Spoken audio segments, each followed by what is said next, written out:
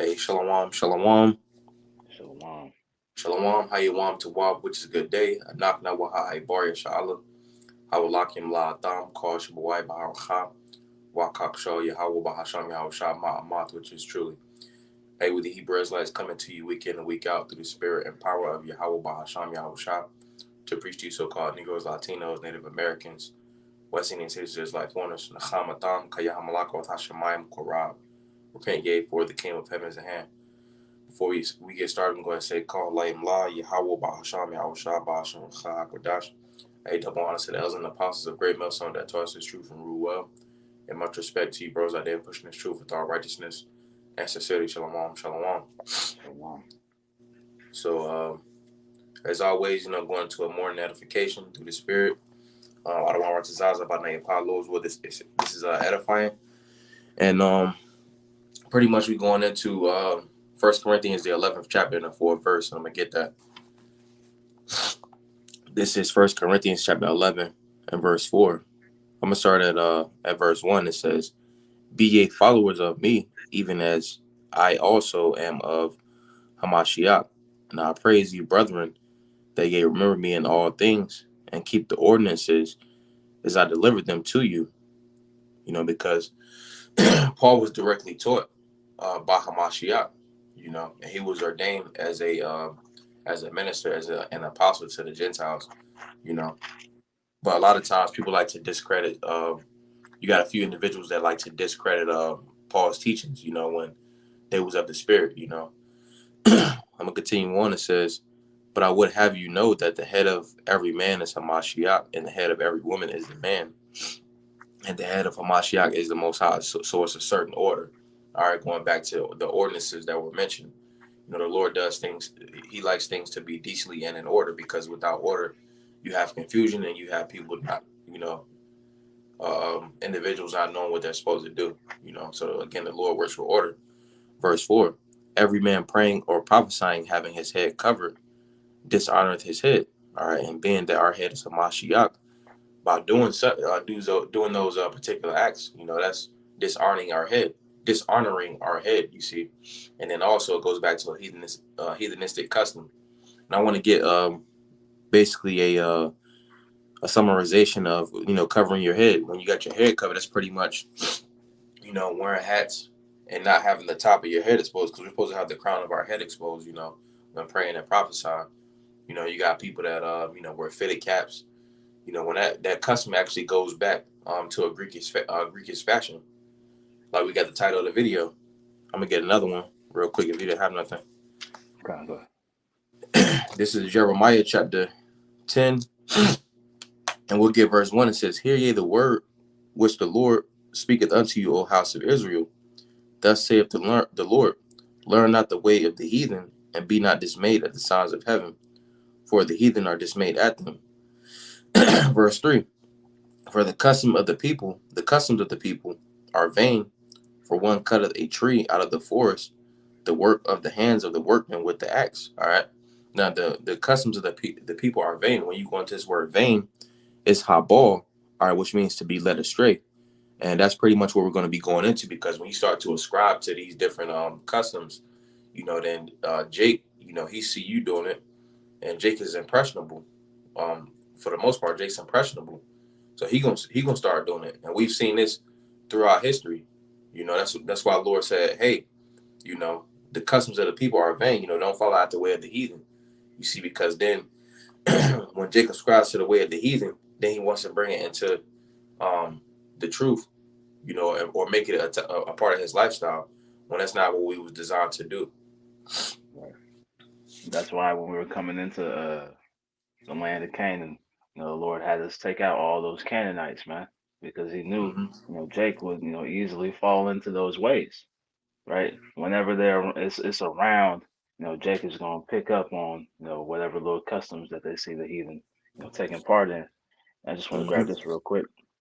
This is 2 Kings 17, and I'll start in verse 14. It reads, notwithstanding, they would not hear, but hardened their necks, like unto the neck of their fathers, that did not believe the Lord their power, and they rejected his statutes and his covenant that he made with their fathers, and his testimonies which he testified against them, and they followed vanity and became vain, and went after the heathen that were around about them, concerning whom the Lord had charged them that they should not do like unto them.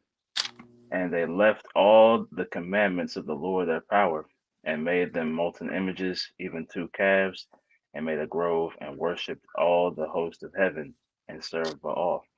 But the point, right, is that we went after the heathen, man. Right, we continue to go, and follow their customs, follow their vanity, right? Just in the same way our forefathers had, in the past, man. Hmm. What was that? Second Kings, what?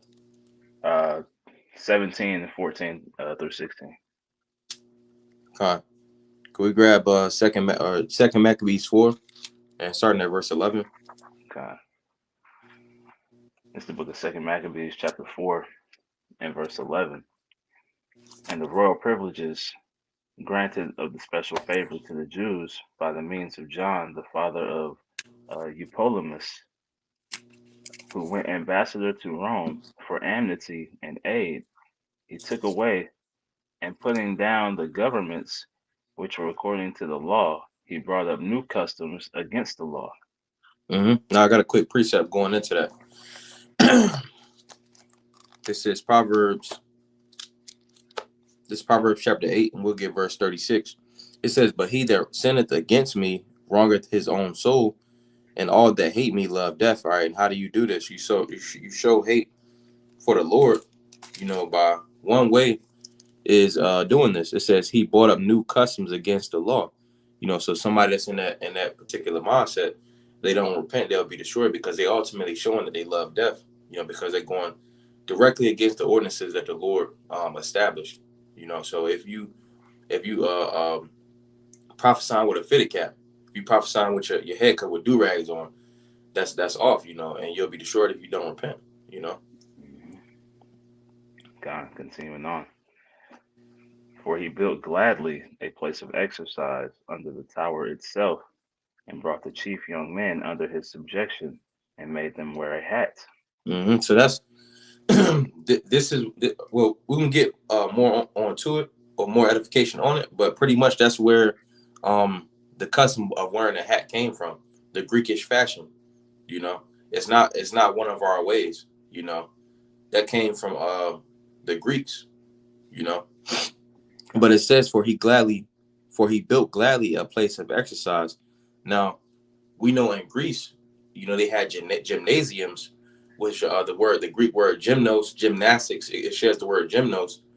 It was encouraged to exercise and to work out naked. So they made gymnasiums, which specifically, or more specifically, applies to indoors. You see, but also stemming from that, they had like the Olympics and track and field and stuff like that, which we'll get in verse 14.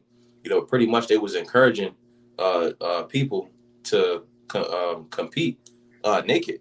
You know, hmm but it goes into gyms as well as the stadiums because they had the outdoor events and things as such. You keep going. Oh, actually, yeah, you keep going. God. Verse 13. Now, such as was the height of Greek fashions, and So this is when Hellenization was super prevalent. When all of this was coming up. And each society will see this, or the Greek Rome, because in Greece, they was holding the games. In Rome, they was holding the games, if I'm not mistaken. Greece, they would have wrestling. That's why when we look at sports nowadays, like wrestling, track, they wearing them super tight stuff because it goes back to the Greekish fashions and the time of Hellenization. You know, God, I think that's in all sports at this point too. yeah. There you go, And what's football, what- what's baseball, what's yeah, wild is the uniforms have been getting tighter. You right. know, could we get that? We don't got to read the whole thing. But we can read some of that article on the Olympics. God. So this is an article from Medium.com. It reads, nudity was encouraged during the ancient Olympics, the shocking history of the naked Olympics. It reads, for a long time, nudity in both training and competing formed an integral part of the Olympics. The naked Olympics started in the 8th century and became a regular tradition for several years, according to historical records. The Olympic Games have a rich history, and for many years athletes competed naked. The games were usually held in Olympia, an ancient rules sanctuary site dedicated to the worship of the Greek god Zeus. As a tribute to Zeus, the athletes But displayed their. Okay. so they basically, it's another article. They basically was doing that. They said they showed male appreciation because uh, so-called, the male was supposed to be the representation of the mythological god, so to speak. Mhm. Which It that's says, that, and that's that's one reason that the Lord said don't take on the ways of the heathen because that actually stems to idolatry. You know, yep. Okay. It says, as a tribute to Zeus, the athletes display their muscular physique and physical power. Showing off was also a way to intimidate other competitors. The people saw competition as a way to earn respect, I got a just like quick you were saying. precept. I was like, You can go ahead and finish your point. oh, well, just like you were saying, they using their bodies, to show reverence to these idols, man. You know. All right, a quick one.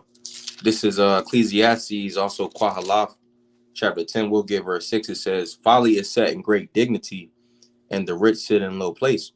All right, and this is chiefly in America, Babylon the Great. You see, but America, Babylon the Great is nothing but a revamped version of Rome. You see, and also Greece. Because going into Westernization, that's Hellenization 2.0. But Mhm. the rich set in low place in all these different societies because we was always in captivity. And then also it says folly is set in great dignity because pretty much honoring a so-called deity, that's idolatry. So that's folly. That sends back to folly. We keep going. God, let's get this off the comment board real quick. Okay.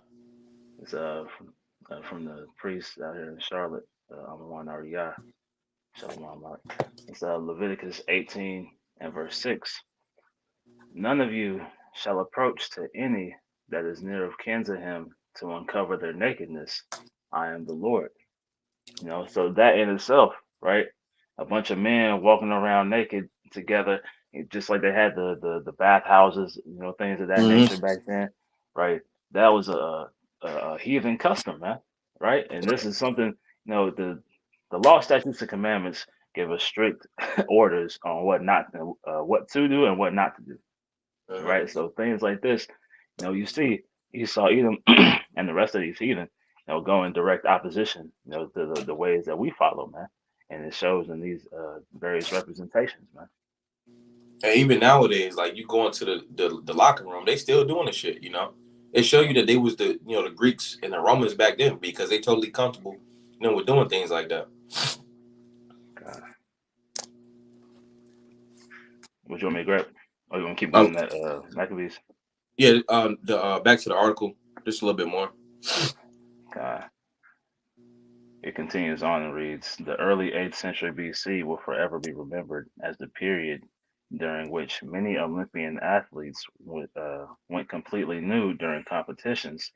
The tradition of naked competition is reported to have started in 720 BC. Records from Athenian philosopher Plato, Homer's Iliad, and several graphic paintings all show that it was quite common for male track and field athletes to compete naked. In his book, The Guide to Greece, what's it say? Pausians, a Greek travel writer, also wrote about this strange tradition. Yeah, that was pretty much the point though, because that's the reason why if we ever look at back when we was in school and stuff like that, they'll have the different pottery things, and then it'll have like somebody like competing, like throwing a javelin, completely like with no clothes on.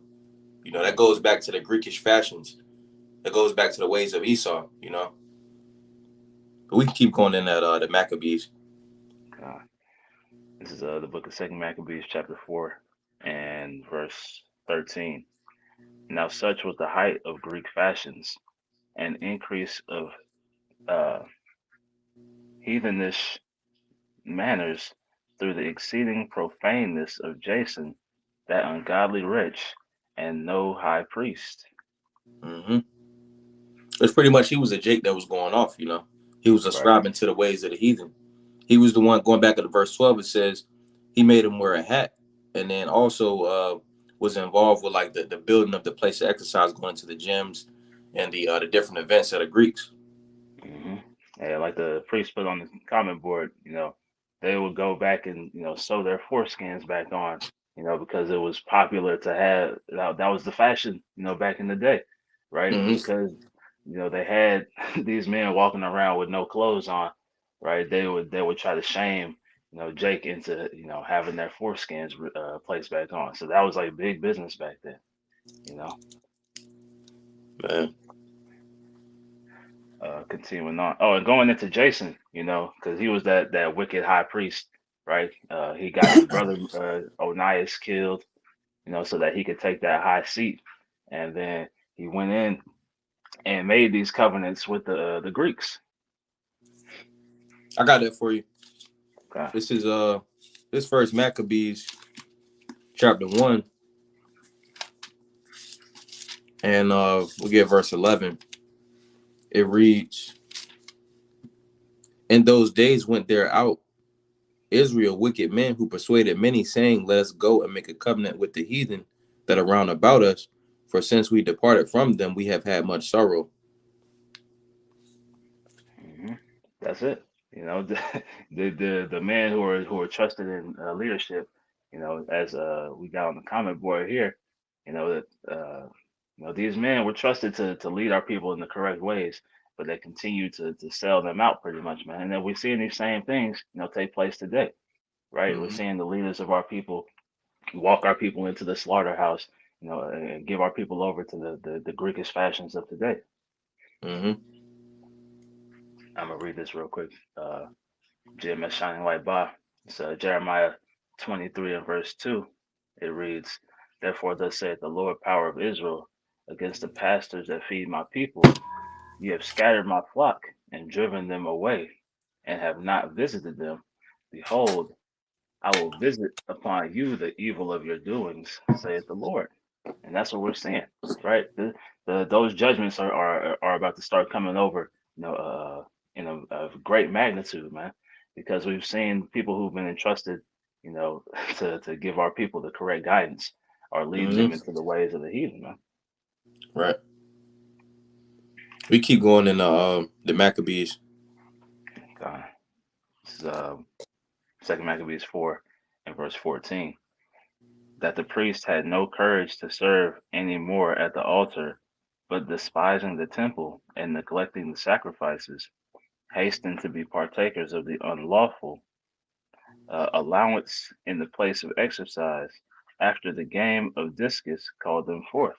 So pretty much Hakahanyam, which is the priest, you know, their job is to be in the temple, doing the temple duties and doing things that have something to do with the temple. But pretty much they was more so into the Greek way of life.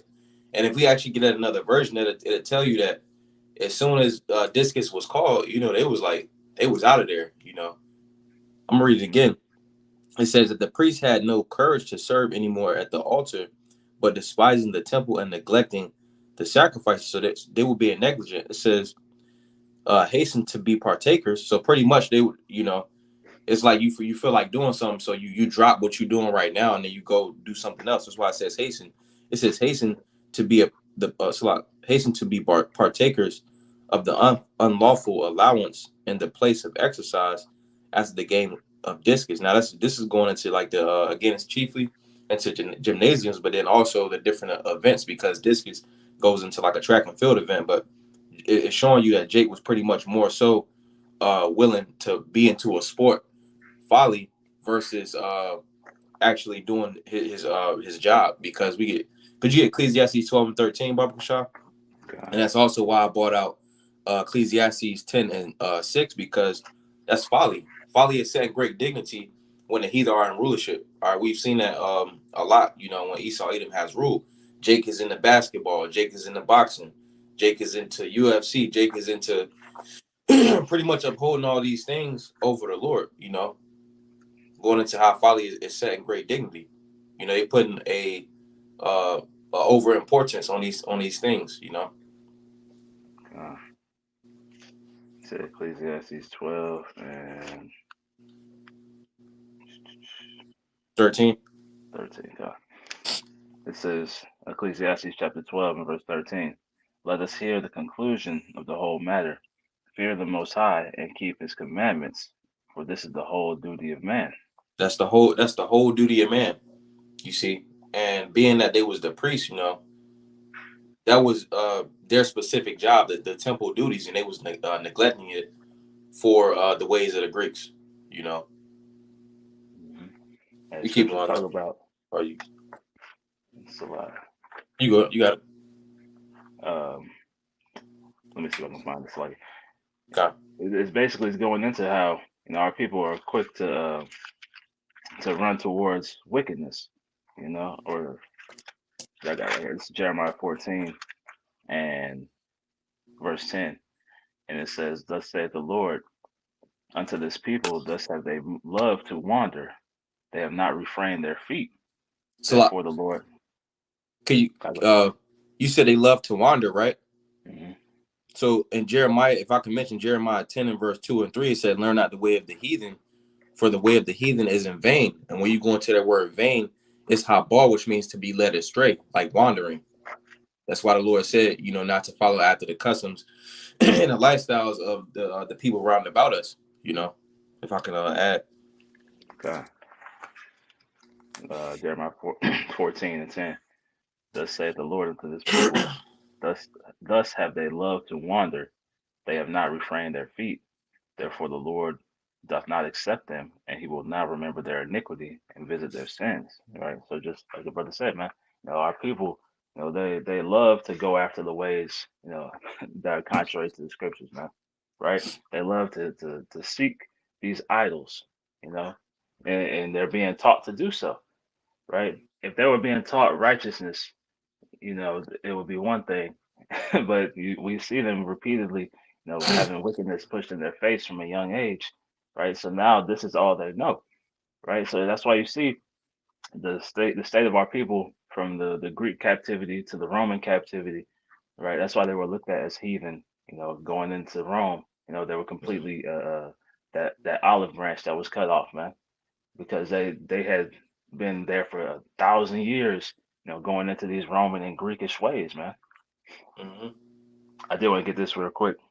Okay. Um, First Maccabees chapter 1 and verse 41, just going into how uh, the why Jake was going into these different ways, man. Right? Why the leadership, had gone astray from the responsibilities of the temple. It's First Maccabees 1 and verse 41. It reads, "Moreover, Antiochus wrote to the whole kingdom that all should be one people." And that's what we're seeing right now, right? Everybody, they're pushing that one world order, right? Mm-hmm. It says, "And everyone should leave his laws." So all the heathen agreed according to the commandment of the king. So they're being convinced, being coaxed into leaving, our customs. It says, "Yea, many also of the Israelites consented to his religion, and sacrificed unto idols, and profaned the Sabbath." So this was the beginning of that Hellenization. Mm-hmm. "For the king has sent letters by messengers to Jerusalem and the cities of Judah, that they should follow the strange laws of the land, and forbid burnt offerings, and sacrifice and drink offerings in the temple, and that they should profane the Sabbaths and the festival days, and pollute the sanctuary and holy people, set up altars and groves and chapels of idols, and sacrifice swine's flesh and unclean beasts, that they should also leave their children uncircumcised, as we mentioned, right? That's another of the Greekish fashions, and make their souls abominable with all manner of uncleanness and profanation, to the end that they might forget the law and change all the ordinances. Right. So we watched, Jake continue to degenerate. you know. Mm-hmm. And as we get back into Second Maccabees, you see Jason, is a representation of that, man. Mm-hmm. Continuing on in the Second Maccabees chapter 4 and verse 14, that the priests had no courage to serve any more at the altar, but despising the temple and neglecting the sacrifices, hastened to be partakers of the unlawful allowance in the place of exercise, after the game of discus was called them forth, Mm-hmm. not setting, it's like not setting by the honors of their fathers, but liking the glory of the Grecians best of all. So they wasn't trying to uphold the scriptures. They was more so in the ways of the Greekish fashions, and that's why the Lord said, to not learn the way of the heathen. Because pretty much Mhm. once you put one thing, once you learn one thing, pretty much Jake is like with sin. Jake is like it's like candy. Jake got to keep going. You know what I'm saying? And Right. at the same time, Jake is impressionable, so he gonna try to put the things that the ways that heathen and put into the truth. That's why we see God's prophesying in fitted caps. That's why we see God's making rap video. All these are the ways of the heathen. These don't go back to Mhm. our customs, and these are pretty much the same people coming back in a regeneration. That's it. But we can go down to verse 17. Okay. Second Maccabees 4:16. By reason whereof sore calamity came upon them, for they had them to their enemies and avengers, whose custom they followed so earnestly, and unto whom they desired to be like in all things. So it says, by reason whereof sore calamity came upon them, because the Lord is not a the scripture says the Lord is not mocked. So if you're going against the scriptures, you're an Israelite, you're gonna be judged for that. It says, by reason whereof sore calamity came upon them, for they had them to be their enemies and avengers. So pretty much they was taking on the ways of their oppressors. Jake has always had that Stockholm syndrome. It says, whose custom they follow so earnestly, and unto whom they desire to be like in all things. So Jake was doing this in everything. Jake was ascribing to how they ate. Jake was ascribing to the religions. You know, Mhm. going into the different so-called gods that they had. Jake was going into everything in of Greece. That's the term Hellenist. Pretty much taking on that lifestyle and making it your own. You know, Yep. and that just stemming from the lesson that we did last week. Those was the true Gentiles, the Israelite foreigners, because it was taking on the ways of the heathen. Going back to the Maccabees. But I'm a I got this quick preset for you, and I'm gonna grab this one on the comment board too. con- This is Proverbs chapter 3 and verse 31. It reads, "Envy thou not the oppressor, and choose none of his ways." Right? Mhm. Then that was they envied the Greeks, right? Because the Greeks had been set up in that high esteem. And just like right now, Jake is envious of Esau, in America. So the Mhm. westernized philosophy, Jake is completely taking hold on, right? So he's choosing all of their ways. And like it read here, it said they desire to be like in all things, man. So that's why you see, Eve with the blonde hair. That's why you see Mhm. Jake going after, the customs of Esau, man, in all shape, forms, and fashions, man. Right? And then just a real quick off the comment board, GMS shining like Bob, Proverbs 12 and 26. The righteous is more excellent than his neighbor, but the way of the wicked seduceth him. Right? So they get seduced, by these these Gentile activities, man, right? Mhm. The wickedness that we see the heathen take part in, it seduces Jake. It calls them in, right? Because it looks sweet, right? It looks like they're having fun, But Jake has to understand that you know being in order is the only way that you're gonna be able to prosper, right? We can't prosper going after the ways of the heathen. They Right. were they were given those ways, because they're lesser than us, man. We're be it like it reads, we're more excellent than they are, right? We're Mhm. of a higher order, a higher esteem than they are. So we have a higher standard that we have to live by, and we see the result of the vile, the base man. being in in rulership, man, because he pushes all these ways upon every living soul, man. I got a quick one. This is Jeremiah chapter 6, chapter 5, and verse 26. It says, For among my people are found wicked men." All right, going into individuals in the spirit of Jason, setting them different covenants with the heathen. Mhm. It says they lay wait as he that setteth snares. They set a trap. They catch men, because the scriptures called those the false prophets. The Lord calls them foxes in the desert. Because pretty much they benefit off of entrapping Jake. Pretty much keeping Jake in that captive mind state, because they worried about their estate in captivity. They worried about making money. It says, as a cage is full of birds, so are their houses full of deceit. Therefore they are become great and waxing rich. They are waxing fat. They shine, yet they overpass the deeds of the wicked.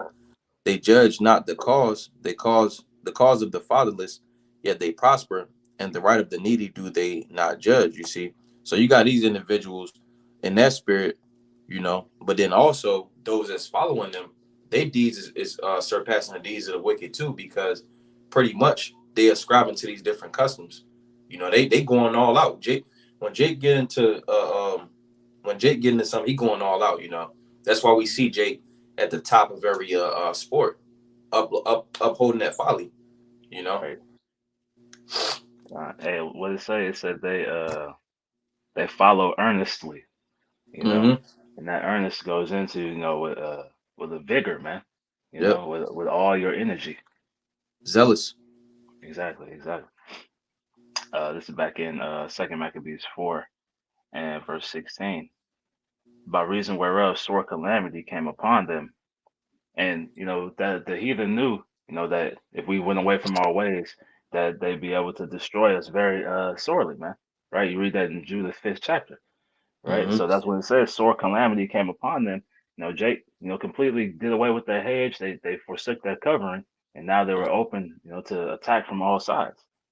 It says, by reason whereof sore calamity came upon them, for they had them to their enemies and avengers, whose custom they followed so earnestly, and unto whom they desired to be like in all things.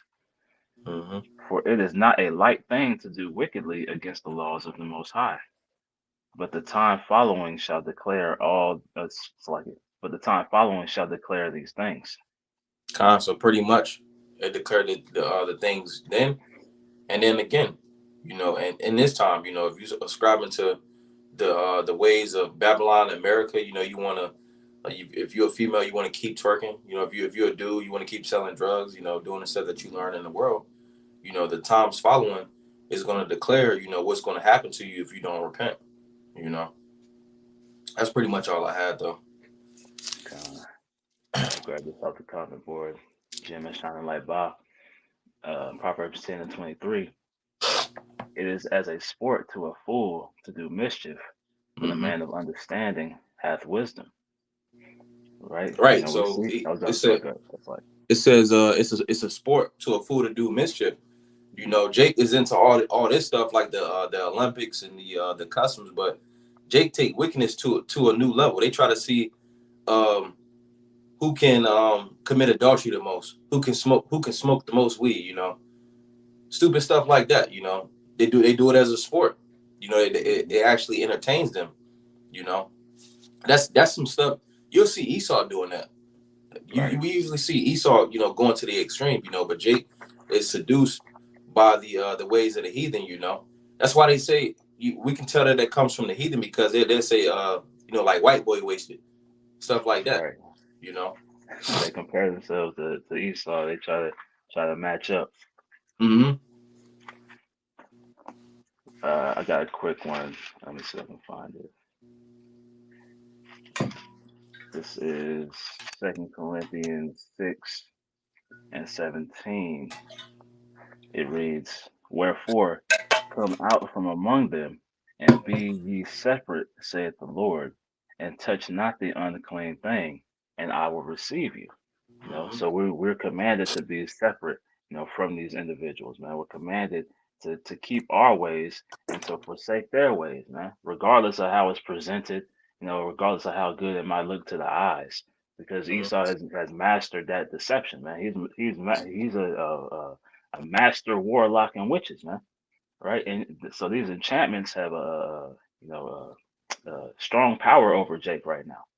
But we're commanded to be separate from these things, right? And I wanted to get this word for unclean. Okay. Salat 6 and 17. You said touch not the unclean thing. God, Kind of pretty much like you was going into it. Said to be separate. Not to pretty much repent from those particular lifestyles. You take on the ways of the heathen. As an Israelite, that's not beneficial in totality. Because again, comparing it to like if you had a manual for a car and you putting in your car, you putting uh 87 or you putting diesel in like a luxury car, you gonna mess it up. So right, we was made by a different fashion. The Lord made us like that. Again, for the analogy, He made us the best car. So if you putting half-ass gas into it, you can get half-ass results. It's not gonna be able to run. It's gonna be sputtering and stuff. You know. God. So this is for the word touch, and Strong's G 680. It reads, of the Levitical practice of having no fellowship with heathen practices, things not to be touched. Well, that's pretty much the point. Yeah. So to have no fellowship with heathen practices, man, right? Of any sort. So we're commanded to separate ourselves and to completely forsake, the ways of Babylon the Great, the Westernization, right? The Romanization, the Hellenization. All these things we see taking place, being the philosophies being spread throughout the earth. Starting with the serpent. You know, where he said, "You shall not surely die," right? From that point on, we're supposed to separate ourselves from all those ways of thinking, man, and come back to the truth of the law, statutes, and commandments of the scriptures, man. Con, But that was it. con.